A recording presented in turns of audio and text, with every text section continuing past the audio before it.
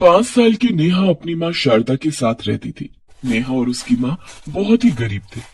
नेहा की माँ दूसरों के घरों में झाड़ू पोछा करती थी। नेहा के पिता 2 साल पहले एक लंबी बीमारी के कारण दुनिया को अलविदा कह चुके थे। तब से नेहा अपनी माँ के साथ अकेली रहा करती थी। नेहा के घर में 2 छोटे बर्तन और एक दुर्गा माता की मिट्टी की मूर्त के अलावा कुछ भी नहीं था। नेहा और उसकी माँ शारदा रोज दुर्गा माता की पूजा करते और नेहा अपनी तोतली आवाज में दुर्गा माता की आरती गाती।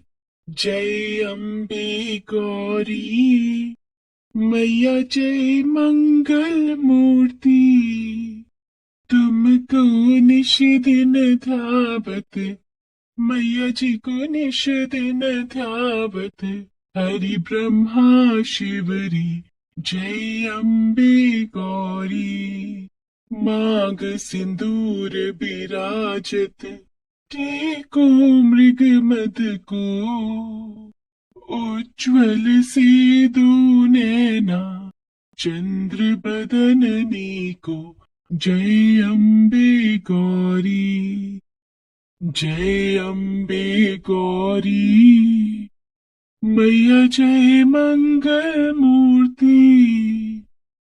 पूजा खत्म होने के बाद नेहा बेटी, ये ले माता का प्रसाद। माँ, हम रोज दुर्गा माता की पूजा क्यों करते हैं? क्योंकि दुर्गा माता पूरे संसार की माता है, वो हम सबकी माता है। तो क्या वो आपकी भी माँ है? हाँ नेहा बेटी, वो मेरी भी माँ है और तुम्हारी भी माँ है। लेकिन मेरी माँ तो आप हो ना? शारदा हंसते हुए नेहा से बोली।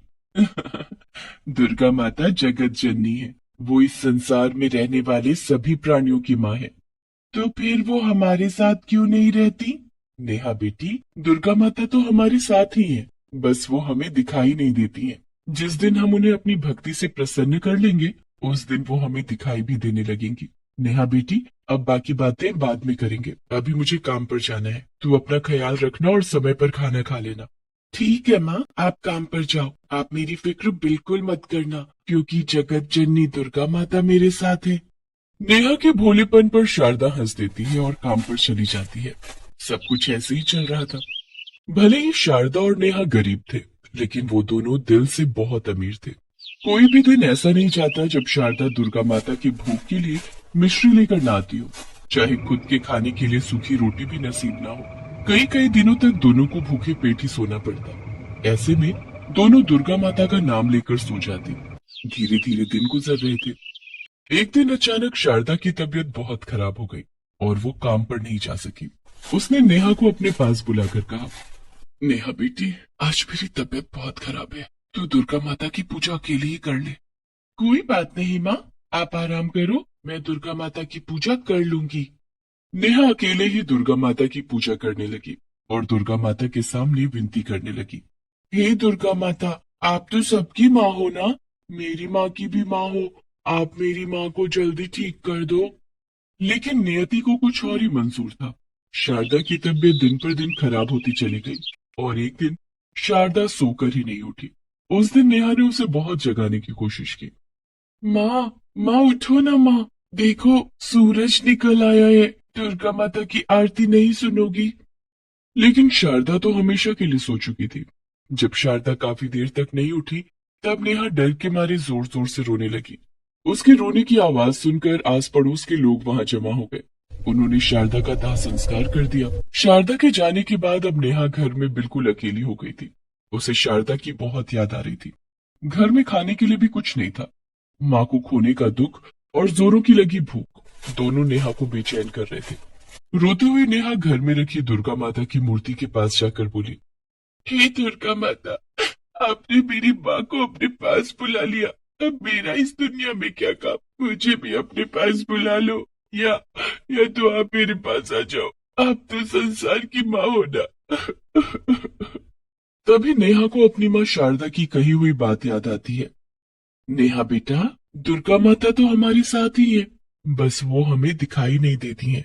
जिस दिन हम उन्हें अपनी भक्ति से प्रसन्न कर लेंगे, उस दिन वो हमें दिखाई भी देने लगेंगी। मैं अपनी भक्ति से दुर्गा माता को प्रसन्न करूंगी और वो मुझे दिखाई देने लगेंगी। उस दिन के बाद से नेहा दुर्गा माता की मूर्ति के सामने बैठकर लगातार उनकी आरती गाने लगी। धीरे धीरे करके कुछ दिन बीत गए। लेकिन नेहा अपनी जगह से टस से मस नहीं हुई। वो कई दिनों से भूखी थी, लेकिन शायद दुर्गा माता को देखने की चाहत में उसकी भूख कहीं गायब हो गई थी। कई दिन बीत गए। नेहा ने अन्न का एक दाना भी अपने मुंह में नहीं लिया था और लगातार दुर्गा आरती गाई जा रही थी। जय अम्बे गौरी मैया जय मंगल मूर्ति, तुमको निश दिन ध्यावत हरि ब्रह्मा शिवरी। जय अम्बे गौरी मांग सिंदूर विराजत, टेको मृग मत को मैया टेको मृग मत को। उज्ज्वल से दो नैना चंद्र बदननी को। जय अम्बे गौरी जय अम्बे गौरी मैया जय मंगल मूर्ति। नेहा की कठिन तपस्या देखकर दुर्गा माता का दिल पसीज गया। दुर्गा माता ने मन ही मन में सोचा, नेहा कई दिनों से मुझे पुकार रही है, मुझे अब नेहा के पास जाना ही होगा और नेहा की मदद भी करनी होगी। दुर्गा माता नेहा की माँ शारदा का रूप धारण करके नेहा के सामने प्रकट हो जाती हैं और नेहा से कहती हैं, नेहा बेटी आंखें खोलो। शारदा की आवाज सुनकर नेहा अपनी आंखें खोलती है। अपनी माँ शारदा को अपने सामने देखकर नेहा खुशी से उछल पड़ती है और शारदा के गले लग जाती है। माँ तुम आ गई माँ। माँ मैंने दुर्गा माता की बहुत तपस्या की है, मैं कई दिनों से लगातार दुर्गा माता की पूजा कर रही हूँ। बेटी तुम्हारी तपस्या से खुश होकर ही दुर्गा माता ने मुझे तुम्हारे पास भेजा है। सच माँ? हाँ मेरी बच्ची तूने बहुत दिनों से कुछ नहीं खाया, चल मैं तुझे खाना खिला देती हूँ। लेकिन माँ तुम्हें कैसे पता चला कि मैं बहुत दिनों से भूखी हूँ? क्योंकि दुर्गा माता ने मुझे सब बता दिया है। अब चल जल्दी से खाना खा ले, देख मैं तेरे लिए हलवा पूरी लाई हूँ। दुर्गा माता अपनी शक्ति से भोजन की एक थाली प्रकट कर देती है, जिसमें हलवा पूरी और कई तरह के पकवान थे। शारदा बनी दुर्गा माता नेहा को अपने हाथों से खाना खिलाने लगती हैं। काफी दिनों के बाद अपनी माँ को अपने पास पाकर नेहा भी बहुत खुश थी। माँ आप भी खाओ ना। नेहा अपने हाथों से शारदा बनी दुर्गा माता को खाना खिलाती है। नेहा के हाथ से खाना खाकर दुर्गा माता मन ही मन सोचती हैं, नेहा बेटी तेरी भक्ति ने मुझे प्रसन्न कर दिया, जल्द ही तेरे सारे दुख दूर हो जाएंगे, लेकिन कुछ दिन तेरे सानिध्य का आनंद मैं भी ले लूं। अब शारदा बनी दुर्गा माता नेहा के साथ ही रहने लगती है। दुर्गा माता रोज नेहा के साथ खेलती, उसे खिलाती और उसकी देखभाल करती। नेहा रोज माता दुर्गा की मूर्ति की पूजा करती और शारदा बनी दुर्गा माता भी उसके साथ पूजा करती। नेहा अपनी तोतली आवाज में जब दुर्गा आरती गाती, तब शारदा बनी दुर्गा माता गदगद हो जाती। इसी तरह से दोनों के दिन हंसी खुशी से बीत रहे थे। एक दिन दुर्गा माता तो जब से नेहा के पास गई है वापस आने का नाम ही नहीं ले रही है। इस तरह से तो सारे जगत में अंधियारा छा जाएगा। माता इस संसार के बाकी प्राणियों की तरफ ध्यान ही नहीं दे रही है। अब मुझे ही कुछ करना होगा। शेरू एक बालक का रूप लेकर दुर्गा माता से मिलने नेहा के घर आ जाता है। माता को मेरा प्रणाम। आओ शेरू, तुम भी मेरे साथ नेहा के सानिध्य का आनंद लो। नहीं माता, मैं यहाँ रहने नहीं आया। फिर क्यों आए हो शेरू, क्या बात है, सब ठीक तो है ना? अभी तक तो सब ठीक है माता, लेकिन जल्दी आप वापस नहीं चली तो कुछ भी ठीक नहीं रहेगा। माता नेहा के अलावा और भी भक्त हैं जिन्हें आपकी मदद की जरूरत है। आप इस तरह से उनसे मुंह नहीं मोड़ सकती। आपको सारे संसार के दुखों का नाश करना है। अब आप मेरे साथ वापस चलिए। तुम ठीक कह रहे हो शेरू, नेहा की भक्ति ने मुझे मुंह में बांध लिया था। नेहा का साथ पाकर मैं तो भूल ही गई थी कि मैं तो जगत जननी दुर्गा हूँ। मुझे अब यहाँ से वापस जाना ही होगा, लेकिन मेरे जाने के बाद नेहा बिल्कुल अकेली हो जाएगी। नेहा भी बहुत छोटी है, उसे माँ के प्यार की जरूरत है। उसे मैं इस तरह से अकेला छोड़कर नहीं जा सकती। मुझे कुछ न कुछ करना ही होगा। इतना कहकर माता दुर्गा ने अपनी आंखें बंद की और अपनी शक्ति से नेहा की माँ शारदा का एक पुतला प्रकट कर दिया। माता, ये तो नेहा की माँ शारदा का पुतला है। हाँ शेरू, लेकिन नेहा इस पुतले के साथ कैसे रहेगी? तुम चिंता मत करो शेरू, ये पुतला अभी जीवित हो उठेगा। दुर्गा माता ने अपनी शक्तियों से शारदा के पुतले में प्राण डाल दिए और शारदा का पुतला जीवित हो उठा। शारदा ने दुर्गा माता को प्रणाम करते हुए कहा, प्रणाम दुर्गा माता, आपकी कृपा से मुझे दोबारा जीवन मिल गया है, आपका बहुत बहुत धन्यवाद। तभी नेहा भी वहां आ जाती है और दुर्गा माता को देखकर बहुत खुश होती है। दुर्गा माता, आखिर आप हमसे मिलने आ ही गई। नेहा बेटी, मैं तो इतने दिनों से तेरे साथ ही थी। क्या मतलब, इतने दिनों से आप मेरी माँ के रूप में मेरे साथ रह रही थी? हाँ नेहा बेटी, लेकिन अब तुम्हारी माँ शारदा वापस आ गई है और अब मुझे वापस जाना होगा। दुर्गा माता, क्या ऐसा नहीं हो सकता कि आप भी हमारे साथ रहे?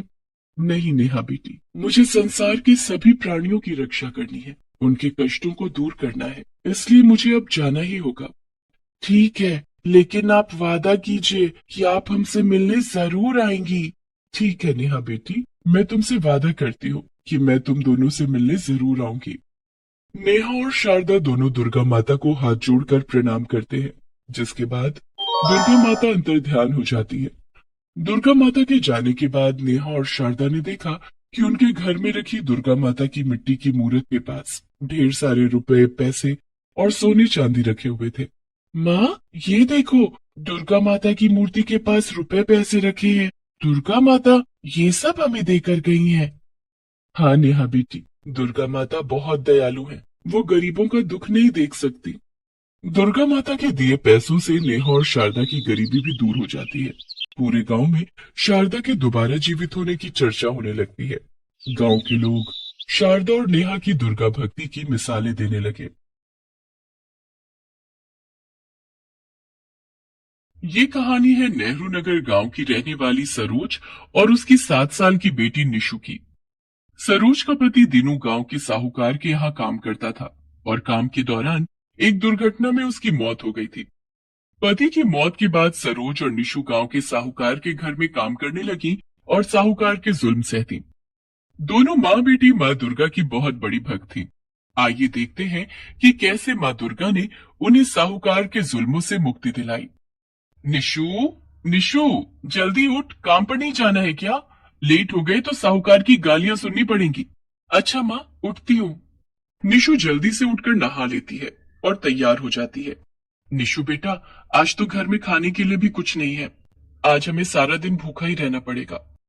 सरोज और निशु माँ दुर्गा की बहुत बड़ी भक्त थी। कोई बात नहीं माँ, माँ दुर्गा के आशीर्वाद से हमें भूख का एहसास ही नहीं होगा। सरोज और निशु आंखें बंद करके हाथ जोड़कर माँ दुर्गा की पूजा करने लगती है। हे माँ दुर्गा, आप तो अपने सभी भक्तों की मदद करती हो, हमारी मदद कब करोगी? सरोज और निशु इतने गरीब थे कि उनके पास माँ दुर्गा की एक प्रतिमा खरीदने के लिए भी पैसे नहीं थे, लेकिन फिर भी दोनों रोज हाथ जोड़कर माँ दुर्गा का ध्यान करते और उनसे प्रार्थना करते थे। पूजा करके सरोज और निशु काम पर चले जाते हैं।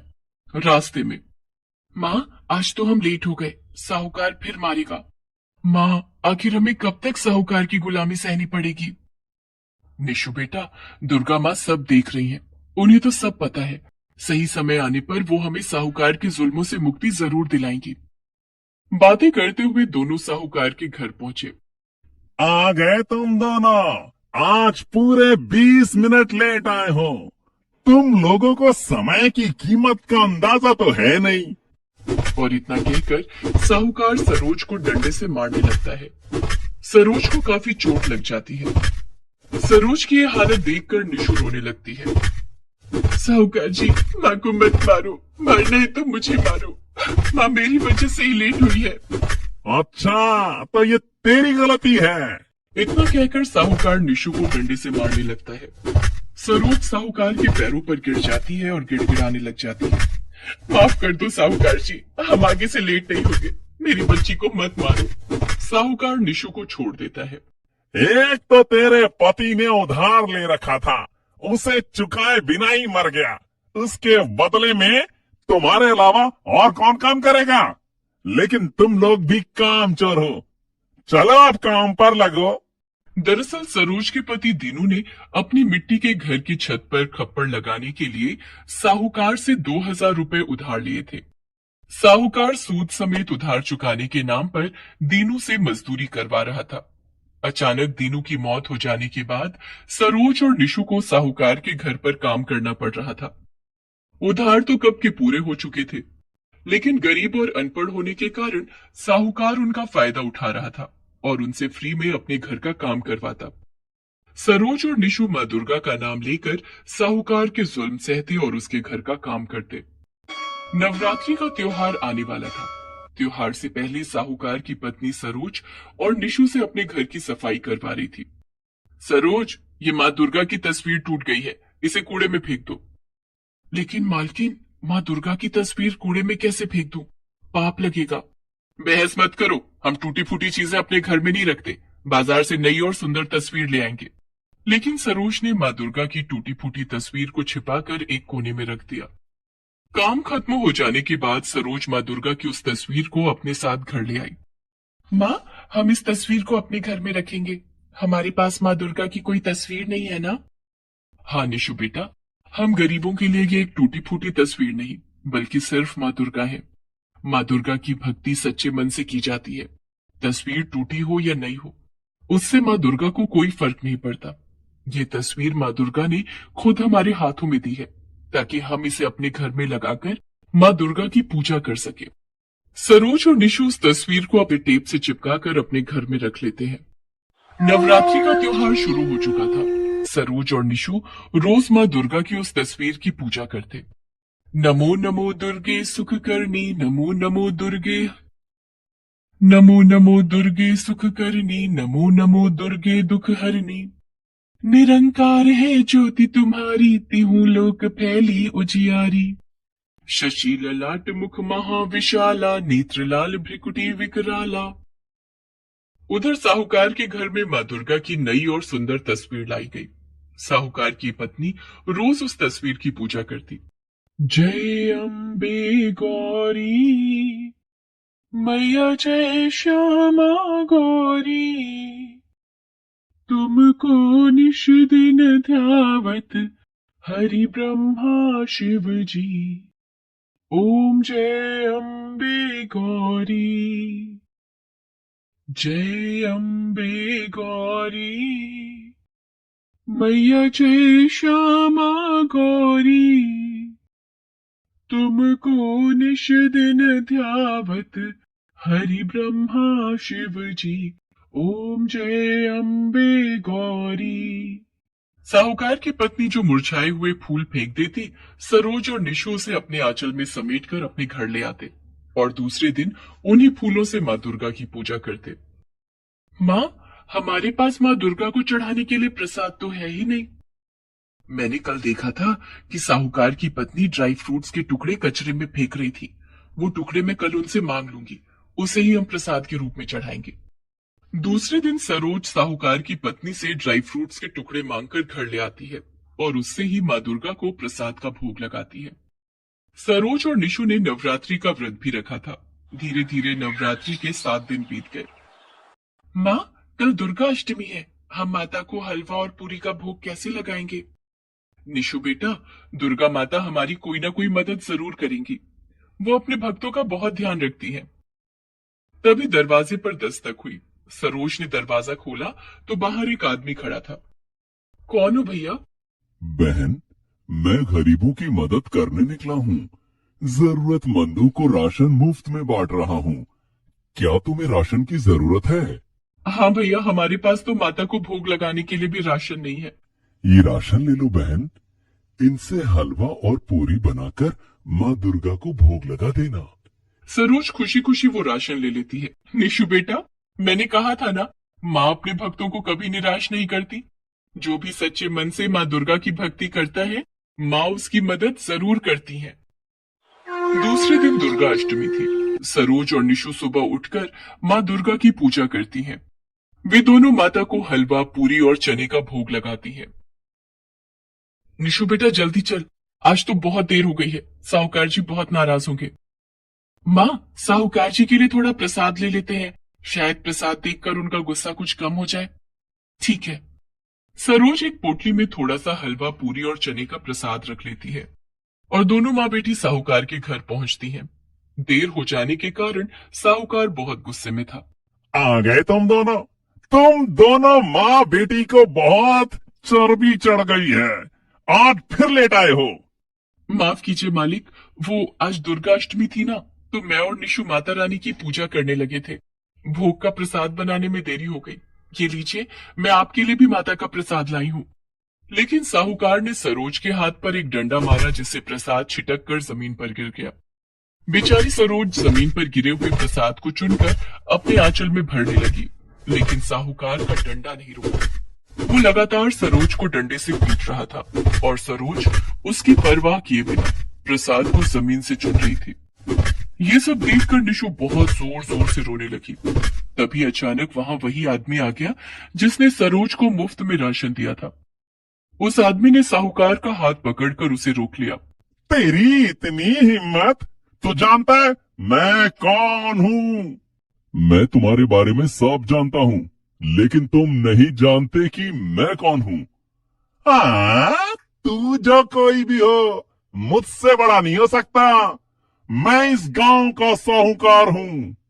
साहूकार के इतना कहते ही उस आदमी के शरीर से बहुत तेज रोशनी निकली और वो दुर्गा माता की सवारी शेरू में बदल गया। शेरू गुस्से में बहुत जोर जोर से दबा रहा था और उसी क्षण शेरू के ऊपर बैठी हुई माता दुर्गा वहां प्रकट हो गई। माता रानी को अपने सामने देखकर सरोज और निशु ने हाथ जोड़कर उन्हें प्रणाम किया। नीच साहूकार, तेरा वध करने के लिए तो मेरा शेरू ही काफी है। तेरे पापों का घड़ा भर चुका है, अब तुझे मरना ही होगा। साहूकार माता रानी के सामने गिड़गिड़ाने लगता है, लेकिन तभी शेरू उछलकर साहूकार पर हमला कर देता है। ये देखकर सरोज और निशु हाथ जोड़कर माता रानी से साहूकार को माफ करने के लिए दया की भीख मांगने लगती हैं। माँ, साहूकार को माफ कर दो, इनकी तरफ से हम आपसे माफी मांगते हैं। माता रानी के आदेश से शेर साहूकार को छोड़ देता है। नीच साहूकार, तू जिन पर रोज जुल्म करता था, आज वही तेरे लिए दया की भीख मांग रही है। तेरी भक्ति सिर्फ एक दिखावा है, लेकिन सरोज और निशु की भक्ति ही सच्ची भक्ति है, जिसने आज मुझे यहाँ आने पर विवश कर दिया। माता रानी सरोज और निशु को आशीर्वाद देती हैं। तुम दोनों ने मेरी सच्ची भक्ति की है। तुम दोनों के दुख भरे दिन आज से समाप्त हो जाएंगे। इतना कहकर माता रानी अंतर्ध्यान हो जाती हैं। सरोज और निशु अपने घर आ जाती हैं। निशु सरोज के घाव को पानी से धोती है। माँ, बहुत दर्द हो रहा है ना? अरे कैसा दर्द? माता रानी को सामने देखकर तो मेरे सारे दुख दर्द गायब हो गए। माँ, जमीन पर गिरे हुए जो प्रसाद तुमने अपने आंचल में बांधे थे, वो दो ना। बड़ी भूख लग रही है, उसे ही खा लूंगी। लेकिन वो तो जमीन पर गिर गए थे बेटा। कोई बात नहीं माँ, प्रसाद तो प्रसाद होता है। निशु को प्रसाद खिलाने के लिए सरोज जैसे ही अपने आंचल की गांठ खोलती है, तो वहां प्रसाद की जगह सोने, हीरे, मोती और जवाहरात रखे हुए थे। ये देखकर दोनों माँ बेटी बहुत खुश हो जाती हैं। अरे वाह माँ, अब तो हम अमीर हो गए। माता रानी ने हमारी सुन ली। ये सब माता रानी की कृपा से ही हुआ है। सरोज और निशु को अब साहूकार के घर काम करने की जरूरत नहीं थी। माँ दुर्गा के आशीर्वाद से उनकी गरीबी के दिन दूर हो गए थे।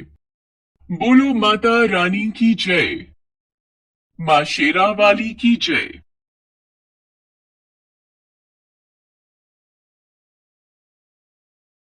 चंदन नगर गांव में आरती अपने पिता सूरज के साथ रहती थी। आरती एक बहुत ही गरीब घर की बेटी थी। उसके पिता गांव के ही सेठ पन्नालाल के घर पर काम किया करते थे। सेठ पन्नालाल और उनकी पत्नी मंजू अपने बेटे विशाल की शादी के लिए लड़की की तलाश कर रहे थे। एक दिन सेठ पन्नालाल की पत्नी मंजू की नजर आरती पर पड़ी। उस दिन आरती अपने पिता को खाना देने के लिए सेठ पन्नालाल के घर आई थी। विशाल के पापा, क्यों ना हम विशाल की शादी आरती से करा दें? कैसी बात कर रही हो मंजू? आरती हमारे नौकर की बेटी है, उसका और हमारा कोई मेल नहीं है। इसलिए तो कह रही हूँ, उसे हम हमेशा अपने पैरों के नीचे दबाकर रख सकेंगे। बाप और बेटी दोनों मिलकर हमारे घर का काम करेंगे और हमारे सामने मुंह भी नहीं खोल पाएंगे। सेठ पन्नालाल अपनी पत्नी मंजू की बात मान लेते हैं और विशाल की शादी आरती के साथ हो जाती है। नौकर की बेटी होने के कारण उससे घर में कोई सीधे मुंह बात नहीं करता था। उसके साथ घर की बहू जैसा नहीं, बल्कि नौकरों जैसा ही व्यवहार होता था। विशाल भी आरती से कभी प्यार से बात नहीं करता था। आरती, आरती, कहाँ हो तुम? जी आई। मेरा कोट कहाँ रखा है? कितनी बार कहा है मेरी चीजों को अपने गंदे हाथों से मत छुआ करो। तुम्हें मेरी बात समझ में नहीं आती? मुझे पापा के साथ काम पर निकलना है। अरे तुम क्या समझोगी पैसे कैसे कमाए जाते हैं? लाखों का बिजनेस है हमारा, समय पर काम पर जाना होता है। आरती दौड़ी दौड़ी विशाल के सामने आती है। पति की जली कटी बातें सुनकर आरती की आंखों में आंसू आ जाते हैं। अपनी साड़ी के आंचल से अपना आंसू पोंछते हुए आरती अलमारी से कोट निकालकर विशाल को दे देती है। ये लीजिए जी, अलमारी में ही रखा हुआ था। हाँ हाँ ठीक है, ज्यादा जबान चलाने की जरूरत नहीं है। तभी आरती की सास मंजू ने आवाज लगाई, आरती, आरती, अरे कहाँ मर गई महारानी? जी माँ जी। टेबल पर से जूठे बर्तन कौन हटाएगा? तेरा बाप। जल्दी से यहाँ से साफ कर और दोपहर का खाना बना। जी माँ जी, अभी करती हूँ। बेचारी आरती इसी तरह से अपने दिन गुजार रही थी। आरती की हालत देखकर उसके पिता सूरज ने उसे समझाया, आरती बेटा, तू उदास मत हो। तेरे ससुराल वाले अमीर लोग हैं। देखना, जब कुछ ही दिनों में तेरी गोद भर जाएगी, तब तेरे ससुराल वाले तुझे बहुत प्यार करेंगे। जैसे ही तेरे खानदान का वारिस आएगा, तेरी जिंदगी में भी खुशियां आ जाएंगी। पिता की बात सुनकर आरती को थोड़ी राहत मिलती और वो मां बनने के सपने देखा करती। लेकिन आरती के सपने को जैसे किसी की नजर लग गई। एक एक करके शादी के 7 साल बीत गए, लेकिन ना तो आरती की गोद हरी हुई और ना ही उसके ससुराल वालों के जुल्म कम हुए। अब तो आरती के सास ससुर और पति सब उसे दिन रात बांझ होने का ताना देने लगे। आरती के लिए उसका बांझ होना किसी श्राप से कम न था। अरे ओ करमचली, तुझे अपने घर की बहू बनाकर हमने बहुत बड़ी गलती कर दी। ना तो घर संभाल सकती है और ना हमारे खानदान को एक चिराग दे पाई। अब तो गांव के लोगों ने भी हमारे घर आना जाना छोड़ दिया है। माँ जी, इसमें मेरी क्या गलती है? तेरी ही गलती है, तू बांझ है बांझ, हमारे घर का कलंक है तू। अरे भाग्यवान, इसे कोसने से क्या फायदा है? ये तो किसी काम की नहीं है। हम इस तरह अपने बेटे की जिंदगी बर्बाद होते नहीं देख सकते। क्यों ना हम विशाल की दूसरी शादी कर दें? तभी विशाल वहां आ जाता है और अपने माता पिता से कहता है, उसकी जरूरत नहीं है पिताजी। क्यों जरूरत नहीं है बेटे? क्या तुझे इस घर में औलाद की कमी नहीं खलती? पिताजी, वो मैं अपनी दोस्त रीना से बहुत प्यार करता हूँ। हम लोग काम के सिलसिले में शहर में एक दूसरे से मिले थे और अब वो मेरे बच्चे की माँ बनने वाली है। आप लोग कहें तो मैं रीना को गांव ले आऊं? अरे वाह, हमारा पोता आने वाला है। हाँ हाँ बेटा, तू जाकर उसे यहाँ ले आ। हम धूमधाम से तेरी शादी रीना से करवा देंगे। ये सब सुनते ही आरती के पैरों तले जमीन खिसक जाती है। उसकी तो जैसे दुनिया ही लुट गई। ऐसे समय में उसे दुर्गा माँ के अलावा और कोई सहारा न था। वो रोती हुई माता रानी के मंदिर में गई। हे माता रानी, मैंने ऐसा कौन सा पाप किया था जिसकी मुझे इतनी बड़ी सजा मिल रही है? माँ, आपने मुझे बांझ क्यों बनाया? मुझे संतान का सुख क्यों नहीं दिया? आज मेरी कोई औलाद होती तो मेरा पति दूसरी शादी करने के बारे में भी नहीं सोचता। माँ, मुझे इस संकट से उबारो। माँ। आरती का रोना सुनकर मंदिर में पूजा करने आई एक वृद्ध महिला ने आरती से कहा, बेटी, मैंने तेरी सारी बातें सुन ली हैं। तू माता रानी के दरबार में आई है। माता रानी जरूर तेरी मदद करेंगी। माता रानी के दरबार से कोई भी भक्त खाली हाथ वापस नहीं जाता है। मैं क्या करूं, आप ही बताइए। मेरी शादी को 7 साल हो गए हैं, लेकिन अभी तक मुझे कोई औलाद नहीं हुई और इसकी सजा मुझे भुगतनी पड़ रही है। बेटी, कुछ ही दिनों में नवरात्रि का त्योहार आने वाला है। तुम 9 दिन तक व्रत उपवास करके माता रानी की पूजा अर्चना करके नवरात्रि का अनुष्ठान करो। अष्टमी के दिन 9 कन्याओं की पूजा करके एवं उनका भोग लगाकर तुम पूजा संपन्न करना। ऐसा करने से माता रानी जरूर तुम्हारी गोद भर देंगी। बेटी, माता रानी बहुत कृपालु हैं। वे तुम्हारे सारे दुख दूर कर देंगी। मैं माँ दुर्गा के पावन पर्व नवरात्रि की पूजा जरूर करूंगी। ऐसा कहकर आरती घर आ जाती है। आ गई कलमुही, कहाँ गई थी मुंह काला कराने? सुन, तेरे लिए इस घर में अब कोई जगह नहीं है। इस घर में अब वही रहेगी जो मुझे एक पोता देगी। आरती हाथ जोड़कर अपनी सास मंजू से कहती है, माँ जी, मैं यहाँ से चली जाऊंगी। बस मुझे नवरात्रि तक यहाँ रहने दीजिए। नवरात्रि की पूजा समाप्त होते ही मैं यहाँ से चली जाऊंगी। ठीक है, लेकिन सुन, कल विशाल रीना को लेकर यहाँ आएगा। उसके सामने कोई नाटक मत करना, वरना तुझे धक्के मारकर घर से बाहर निकाल देंगे। दूसरे दिन विशाल रीना को लेकर घर आता है। मंजू और सेठ पन्नालाल रीना को देखकर बहुत खुश होते हैं और उसका स्वागत करते हैं। अपने ही पति को किसी दूसरी औरत के साथ देखकर आरती मन ही मन रो पड़ती है, लेकिन वो कुछ नहीं कहती। रोते हुए वो अपने पिता सूरज के पास जाती है और उसे सारी बात बताती है। आरती बेटा, तू सारी चिंता छोड़कर बस माता रानी की पूजा अर्चना में अपना ध्यान लगा और वही तेरी नैया पार लगाएंगी। जी पिताजी, अब मुझे माता रानी पर ही भरोसा है। रीना के सामने घर के सभी सदस्य आरती की बहुत बेइज्जती करते थे।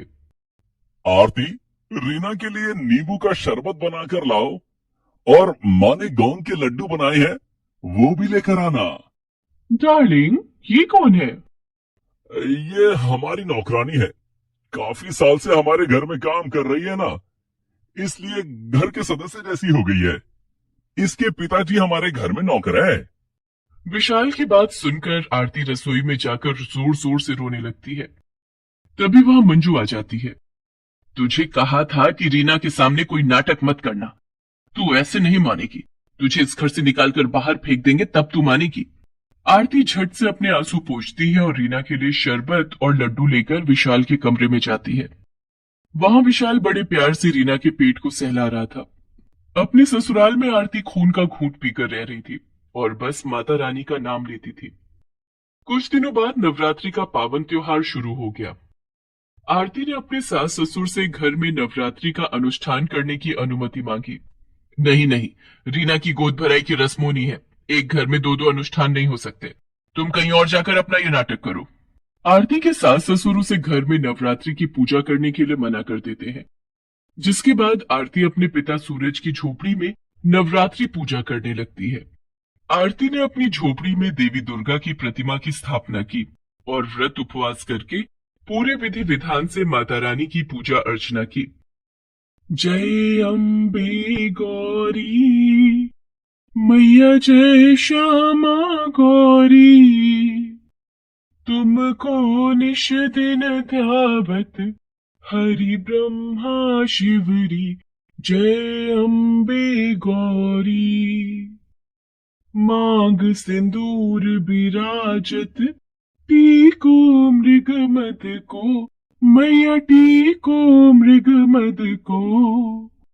उज्ज्वल से दो नैना, उज्ज्वल से दो नैना, चंद्र बदननी को। जय अम्बे गौरी, कनक समान कलेवर, रक्तांबर राजे मैया, रक्तांबर राजे। रक्त पुष्प गलमाला, रक्त पुष्प गलमाला, कंठन पर साजे। जय अम्बे गौरी। अष्टमी के दिन आरती ने प्रसाद बनाया और कंचकों की पूजा की और उन्हें भोग लगाया।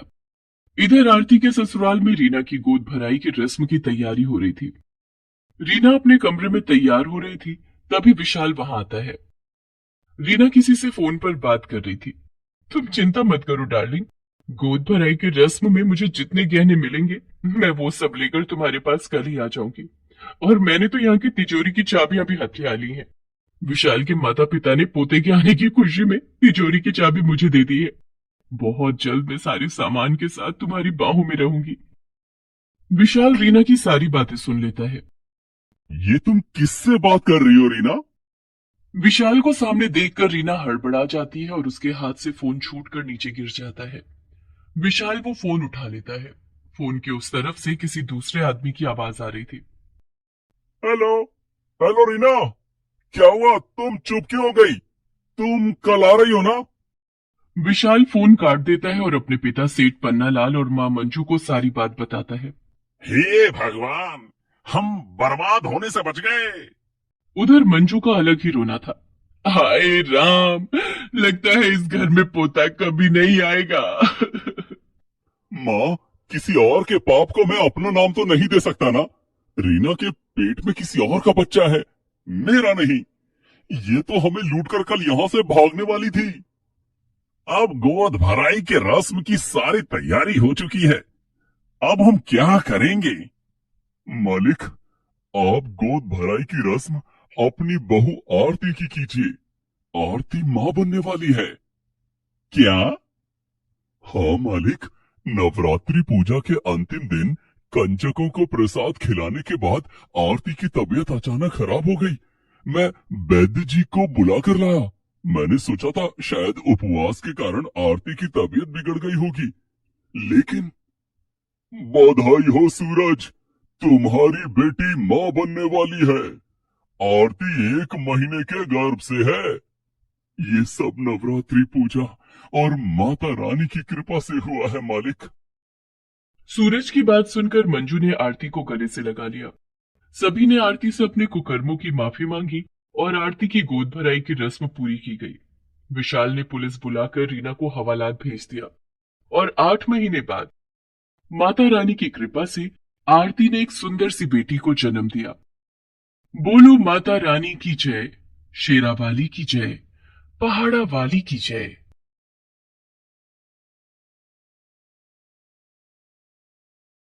गरीब की दुर्गा भक्ति। जय अम्बे गौरी, मैया जय श्यामा गौरी, तुमको निश दिन ध्यावत हरि ब्रह्मा शिव जी। ओम जय अम्बे गौरी। अरे भोला, रुक बेटा, ले ये माता रानी का प्रसाद खा के जा। ले हाथ आगे कर। ओहो माँ, पहले ही देर हो रही है, लाओ जल्दी। जल्दी का काम शैतान का होता है बेटा, आराम से जा। आराम से तो बस आप ही रह सकती हो माँ जी, ये आराम से बैठ गए तो घर कैसे चलेगा। जाओ जी, जल्दी जाओ आप। माँ जी के पास तो कोई काम है नहीं, सारा दिन माता रानी के सामने घंटी बजाने के सिवाय। भोला अपने खेत के लिए निकल जाता है। ना तो उसने मीना को उसके व्यवहार के लिए टोका और ना ही मंगला उसे कुछ कह सकी। दरअसल मंगला की बहू मीना बहुत ही तेज तर्रार थी, साथ ही लालची और मतलबी भी। वो मंगला से कभी भी सीधे मुंह बात नहीं करती थी। भोला भी उसी के रंग में रंग चुका था। दूसरी तरफ मंगला सारा दिन बस माँ दुर्गा की भक्ति में ही लीन रहती थी। उसे दुनियादारी से कोई मतलब ही नहीं था। ना उसे मीना से कोई उम्मीद थी और ना ही भोला से। उसे तो बस अपनी माता रानी का साथ ही चाहिए था जो उसके पास था। माते, ये मंगला आपकी परम भक्त है, लेकिन इसकी ये बहू इसे कितना प्रताड़ित करती है। ना तो उसे ठीक से खाने को देती है और ना ही पहनने को। इसका बेटा भी इसकी परवाह नहीं करता। माते, आपको नहीं लगता कि मंगला को आपकी मदद की आवश्यकता है? शेरा, आवश्यकता तो हर मनुष्य को हर समय होती है, लेकिन उसे पूरा कैसे करना है, ये तो मनुष्य के अपने हाथ में ही होता है। विधि के विधान में सभी का भाग्य लिखित है। थोड़ा धीरज रखो।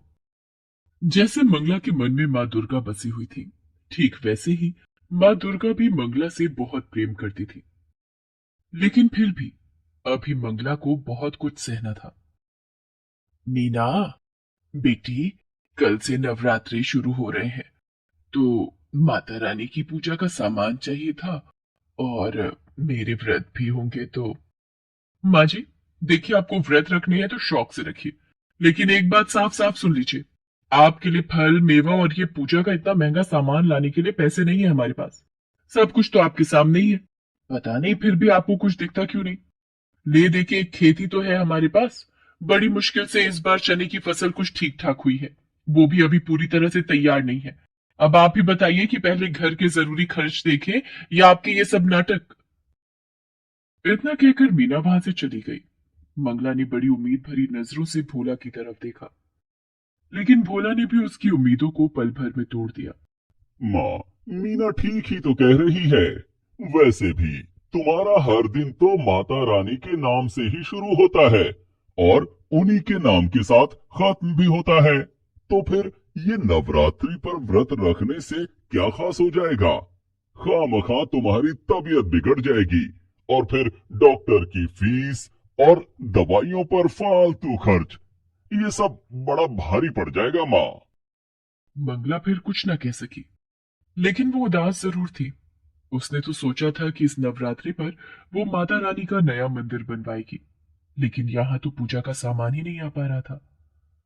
वो उदास होकर माता रानी के सामने गई और हाथ जोड़कर बोली,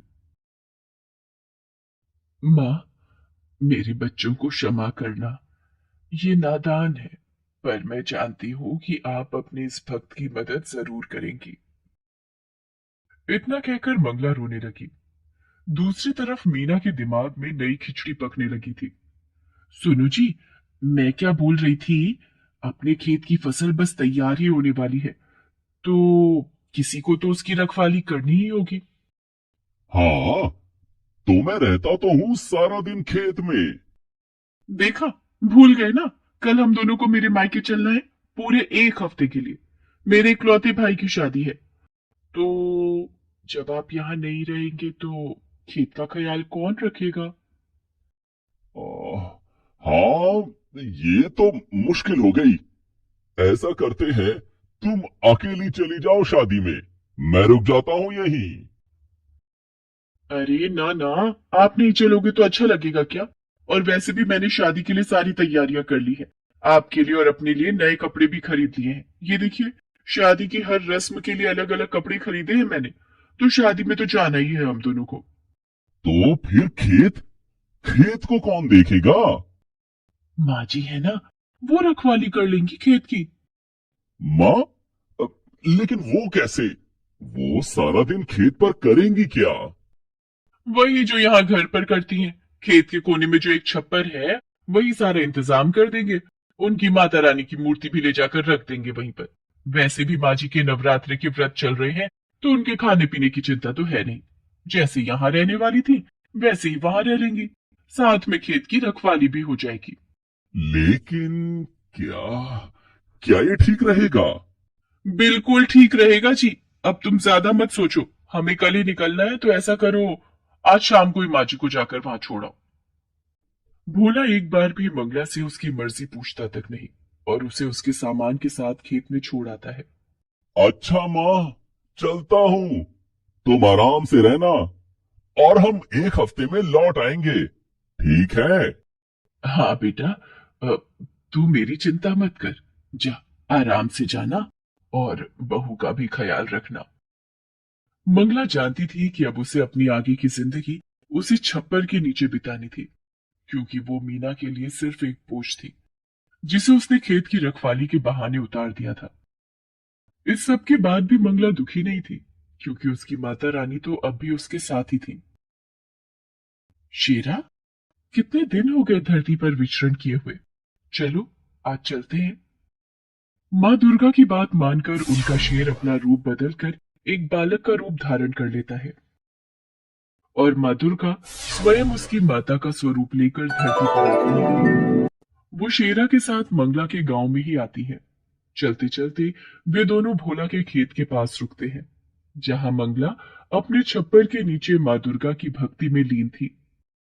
माते, ये तो मंगला है। इतनी तेज धूप में ये यहाँ क्या कर रही है? हाँ शेरा, ये मंगला ही है। इसे इसके बेटे बहू ने यहाँ बेसहारा छोड़ दिया है। ओह, ये तो बिल्कुल अच्छा नहीं किया उन्होंने।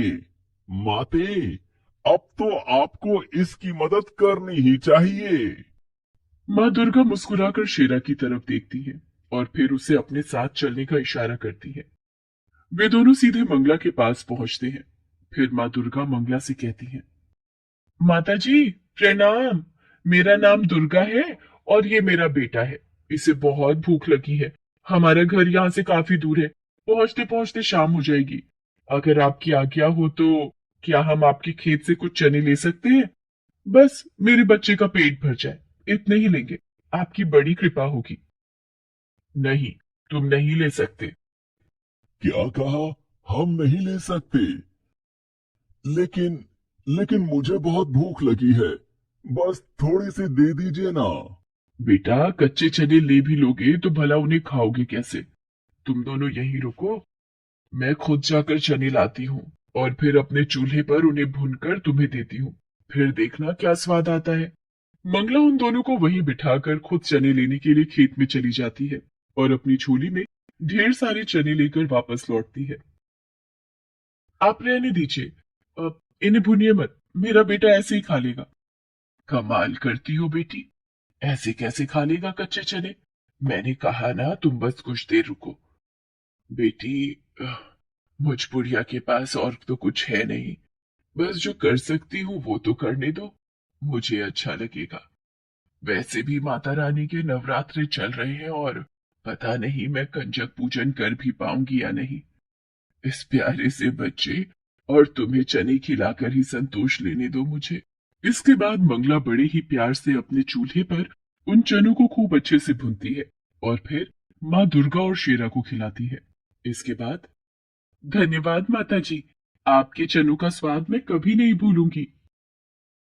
इसके साथ ही माँ दुर्गा शेरा के साथ वहां से जाने लगती है। तभी शेरा उनसे कहता है, माता, मैं जानता हूँ कि ये सब मंगला की एक परीक्षा थी, और जहाँ तक मैं समझता हूँ मंगला इस परीक्षा में खरी भी उतरी है, तो क्या उसे कोई इनाम नहीं मिलना चाहिए? माँ दुर्गा एक बार फिर शेरा की तरफ देखकर मुस्कुराती हैं और फिर वो मंगला की तरफ अपना हाथ उठाती हैं। उनके आशीर्वाद से निकले प्रकाश से मंगला पूरी की पूरी सोने की बन जाती है। हालांकि वो एक मूर्ति नहीं थी, लेकिन अब सोने की एक चलती फिरती इंसान थी। और सबसे खास बात तो ये थी कि खुद मंगला को इस बात का एहसास नहीं था। इसके बाद मंगला को जिस किसी ने भी देखा वो अचंभे में पड़ गया। अब तो सारा गांव ही मंगला को अपने साथ रखने को तैयार था, यहाँ तक कि मीना भी। माँ जी, चलिए घर चलिए हमारे साथ, अब आपको यहाँ रहने की कोई जरूरत नहीं। मैं आपकी खूब सेवा करूंगी। नहीं बहू, तुम्हें परेशान होने की जरूरत नहीं है, अब तो पूरा गांव मुझे रखने को तैयार है। अरे ऐसे कैसे, आप किसी के भी साथ चली जाएंगी? माँ जी, हम आपके सगे हैं, हमसे ज्यादा प्यार आपको कौन करेगा भला? और वैसे भी माँ जी, सबको आपसे बस सोना चाहिए, आपकी तो यहाँ किसी को नहीं पड़ी। हाँ बहू, तुम्हारी ये बात तो बिल्कुल सच है, इसीलिए मैंने तय किया है कि मैं किसी के साथ नहीं जाऊंगी, अपनी माता रानी के साथ यहीं रहूंगी हमेशा। नहीं माँ जी, मैंने कहा ना, आप मेरे साथ चलिए, अपने घर चलिए, हम आपके लिए माता रानी का बहुत बड़ा मंदिर बनवा कर देंगे। आप सारा दिन माता रानी की पूजा करना, और अब से हर नवरात्रि हम माता रानी के नाम से जागरण भी करवाएंगे। नहीं बहू, अब इस सब की जरूरत नहीं है। इतना कहकर मंगला माता रानी के चरणों में अपना सिर रखती है और अगले ही क्षण वो अपने प्राण त्याग देती है। ऐसा लग रहा था मानो उसने माता रानी के चरणों में ही मोक्ष को प्राप्त कर लिया था। मंगला को जो चाहिए था वो उसे मिल गया था, लेकिन मीना को नहीं, क्योंकि न तो अब मंगला सोने की थी और ना ही मीना के किसी काम की। Please subscribe this channel. गरीब बांझ बहू की नवरात्रि।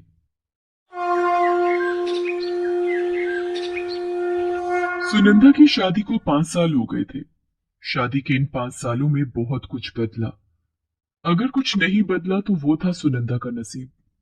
पैदा होने के साथ ही वो अपने पिता के लिए एक बोझ के सिवाय कुछ नहीं थी। स्कूल जाकर पढ़ाई लिखाई करने की इच्छा उसे मन में ही दबानी पड़ी। सिलाई कढ़ाई में मन लग गया तो पिता ने उसकी शादी का फरमान सुना दिया। शादी के बाद घर गृहस्थी के बोझ तले मानो सुनंदा की सारी उम्मीदें टूट चुकी थी। लेकिन इस सब के बीच भी सुनंदा के पास एक सहारा था, और वो था माता रानी का साथ। वो बचपन से ही माँ दुर्गा की भक्त थी। वो जब भी उदास होती तो माता रानी का श्रृंगार करने लगती। ऐसा करने से वो अपने सारे दुख भूल जाती और खुश हो जाती। उसके पति केशव को भी उससे लगाव नहीं था। वो रिक्शा चलाता था। कमाने वाला वो अकेला और घर में खाने वाले 5 लोग। सुनंदा के सास ससुर, उसकी ननद और केशव के साथ वो खुद। तो कई बार केशव अपनी खींच भी सुनंदा पर ही उतार दिया करता था। ये लीजिए पानी। आथू, क्या है ये? क्या उबाल कर लाई है क्या? इतना गर्म पानी? जी वो इतनी गर्मी पड़ रही है ना, तो इसीलिए पानी रखे रखे गर्म हो गया। क्यों? वो जो मिट्टी का घड़ा था अपने घर में, उसे अपने मायके दे आई क्या? सिर्फ घड़ा होने से क्या होता है बेटा, उसमें नियम से पानी भी भर कर रखना होता है। और इस सालसन से कहाँ हो सकेगा इतना बड़ा काम।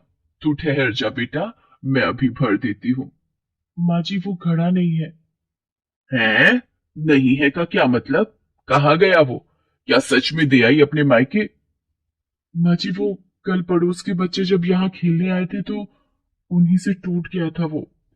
हे भगवान, अब बताओ, एक ही तो घड़ा था घर में, सारी गर्मियां उसी के सहारे तो कटती थी, वो भी तुड़वा दिया इसने। लेकिन मेरी एक बात समझ में नहीं आती, ये पड़ोस के बच्चे हमारे घर में खेलने क्यों आते हैं? इनके अपने घर भी तो हैं, वहां क्यों नहीं खेलते? और हमारे घर में तो कोई बच्चा भी नहीं है जो उसके साथ खेलने आते हो। हाय बेटा, यही तो रोना है। तेरे बाबूजी और मेरे तो कान तरस गए बच्चे की किलकारी सुनने को, लेकिन जब नसीब ही फूटे हों तो करे भी तो क्या। बेटा मैं ही बुला लेती हूँ उन बच्चों को, उन्हें देख के ही मन बहलाना पड़ता है अब तो। इतना कहकर सुनंदा की सास प्रेमलता अपना सिर पकड़कर बैठ जाती है। केशव उसके पास जाता है और कहता है, माँ, तुम परेशान मत हो। अब तुम ही बताओ, क्या करूं मैं? कितने डॉक्टर, कितने वैद्य, सबको तो दिखा दिया इसे। लगता है मेरी किस्मत में औलाद का सुख है ही नहीं। नहीं ऐसा मत बोल बेटा, देख मैंने तुझे पहले भी कई बार समझाया, अब फिर से कह रही हूं, ये करम चली तो तुझे बच्चा दे नहीं सकेगी। बेटा ये बांझ है बांझ, मेरी मान तो तू दूसरी शादी कर ले। वो मेरी सहेली है ना कांता, वो तो आज भी अपनी बेटी हमें देने को तैयार है। माँ जी ये आप क्या कह रही हैं? मेरे होते हुए ये दूसरी शादी कैसे कर सकते हैं? मैं ऐसा नहीं होने दूंगी, ये गलत है। सुनंदा की बात सुनकर केशव फौरन अपनी जगह से उठता है और सुनंदा के गाल पर एक जोरदार तमाचा जड़ देता है। तेरी इतनी हिम्मत कि तू माँ से ऊंची आवाज में बात करे। गलती मेरी ही है, मुझे माँ की बात पहले ही मान लेनी चाहिए थी।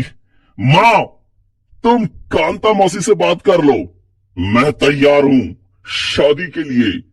अब बस बहुत हो गया, इस मनुष्य की शक्ल और नहीं देखनी मुझे भी। नहीं ऐसा मत कीजिए, मुझे मत छोड़िए, मैं कहाँ जाऊंगी? कहीं भी जा पर हमारा पीछा छोड़, समझी ना? चल अभी के अभी निकल मेरे घर से। और सुन, अगर दोबारा दिख गई ना यहाँ तो तुझे जिंदा गाड़ देगा मेरा बेटा, याद रखना। केशव और उसकी माँ प्रेमलता सुनंदा को धक्के मारकर घर से बाहर निकाल देते हैं। सुनंदा अपने मायके जाने के बारे में सोचती है, लेकिन वो जानती थी कि वहां भी उसे कोई नहीं अपनाएगा। सुनंदा अकेली रोती हुई चली जा रही थी। अचानक उसे माता रानी का मंदिर दिखाई दिया। मंदिर को देखकर उसे याद आया, कल से तो माता रानी के नवरात्रे शुरू हो रहे हैं। मैं घर पर होती तो खूब अच्छे से माता रानी का श्रृंगार करती, लेकिन अब क्या होगा? ये सोचकर सुनंदा रोने लगती है। वहीं पास में मंदिर के पंडित जी खड़े थे। वो सुनंदा को जानते थे, क्योंकि नवरात्रि पर हर रोज वो इसी मंदिर में माता रानी की पूजा करने आया करती थी। सुनंदा को रोते देखकर पंडित जी उसके पास आए और उससे बोले, बेटी, तुम रो क्यों रही हो? क्या बात है? सुनंदा पंडित जी को सारी बात बताती है। फिर पंडित जी उससे कहते हैं, धीरज रखो बेटी, माना कि तुम्हारे साथ बहुत गलत हुआ, लेकिन तुम तो माता रानी की भक्त हो। इस मुश्किल समय में भी माता रानी तुम्हारे साथ है, तुम परेशान मत हो। अगर तुम चाहो तो यहाँ मंदिर में रह सकती हो, और वैसे भी कल से माता रानी के नवरात्र शुरू हो रहे हैं, और तुमसे अच्छा माता रानी का श्रृंगार तो कोई कर ही नहीं सकता। पंडित जी की बातों ने जैसे सुनंदा को जीने की वजह दे दी थी। अब मंदिर का आंगन ही उसका घर बन गया। उसने पूरी श्रद्धा से नवरात्रि के व्रत रखे और पूरे मन से हर रोज माता रानी का श्रृंगार करने लगी। पंडित जी मंदिर में आए चढ़ावे में से कुछ पैसे और पेट भरने लायक प्रसाद उसे दे दिया करते थे। इस तरह सुनंदा अपना गुजारा करने लगी। वो सुबह जल्दी उठकर पूरा मंदिर साफ करती और फिर माता रानी का श्रृंगार करने के बाद सारा दिन मंदिर के आंगन में ही माता रानी के भजन कीर्तन करती। मंदिर में जो भी आता उसके भजन सुनकर माता की भक्ति में खो जाता। तुमको निश दिन ध्यावत हरि ब्रह्मा शिव जी, ओम जय अम्बे गौरी, जय अम्बे गौरी, मैया जय श्यामा गौरी, तुमको निश दिन ध्यावत हरि ब्रह्मा शिव जी, ओम जय अम्बे गौरी। फिर कुछ दिनों के बाद, अरे अरे ये क्या कर रही हो सुनंदा? दीदी कल नवमी है तो कन्या पूजन की तैयारी कर रही हूँ। आप अपनी बेटी माला को समय से भेज देना कल सुबह। यही मंदिर के आंगन में ही कन्या पूजन होगा। वो सब तो ठीक है, पर ये बताओ कन्या पूजन तुम करोगी क्या? और माता रानी का प्रसाद वो भी तुम ही बनाओगी क्या? हाँ दीदी, वैसे तो हर साल पंडित जी हलवाई को बुलवाते थे, लेकिन इस बार मैंने ही उनसे मना कर दिया। अब जब मैं हूं यहाँ तो मैं अपने हाथों से माता रानी का भोग बनाऊंगी। अच्छा दीदी आप पूजा करो, मैं चलती हूँ। कल के लिए बहुत सी तैयारियां करनी है। सुनंदा वहां से चली गई और जो महिला उससे बात कर रही थी वो मंदिर के अंदर आ गई। सुनंदा से बात करने के बाद से ही उसके चेहरे के हाव भाव कुछ अलग से थे। मंदिर में उसे जैसे ही पंडित जी दिखाई दिए तो वो फौरन उनके पास गई और बोली, पंडित जी ये क्या हो रहा है यहाँ, वो भी आपके होते हुए? क्या हुआ बेटी, क्या हो रहा है यहाँ? देखिए मंदिर की साफ सफाई तक तो ठीक था।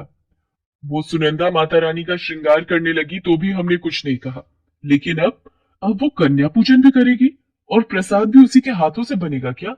ये तो बहुत गलत हो जाएगा पंडित जी। क्यों? ये सब अगर सुनंदा करे तो उसमें क्या बुराई है? मैं कुछ समझा नहीं। पंडित जी ऐसे अनजान क्यों बन रहे हैं आप? सारा गांव जानता है वो एक बांझ है, बांझ। तभी तो उसके पति ने छोड़ दिया उसे। सुना है वो तो अब दूसरी शादी भी करने वाला है। तो आप ही बताइए, जिस औरत पर इतना बड़ा लांछन लगा हो तो उसके हाथों से कन्या पूजन करवाना और प्रसाद बनवाना क्या ठीक है? देखिए पंडित जी, अगर वो ये सब करेगी तो मैं तो अपनी माला को नहीं भेजूंगी यहाँ कन्या पूजन के लिए, फिर आप देख लेना। इतना कहकर वो महिला वहां से चली गई। पंडित जी मुस्कुरा रहे थे। तभी उन्हें किसी के रोने की आवाज सुनाई दी। वो सुनंदा थी जो पास ही खड़ी थी और सब कुछ सुन चुकी थी। पंडित जी उसे कुछ समझा पाते उससे पहले ही वो रोती हुई माता रानी की मूर्ति के पास गई और रोते हुए बोली, माँ ये कब तक सहना होगा मुझे?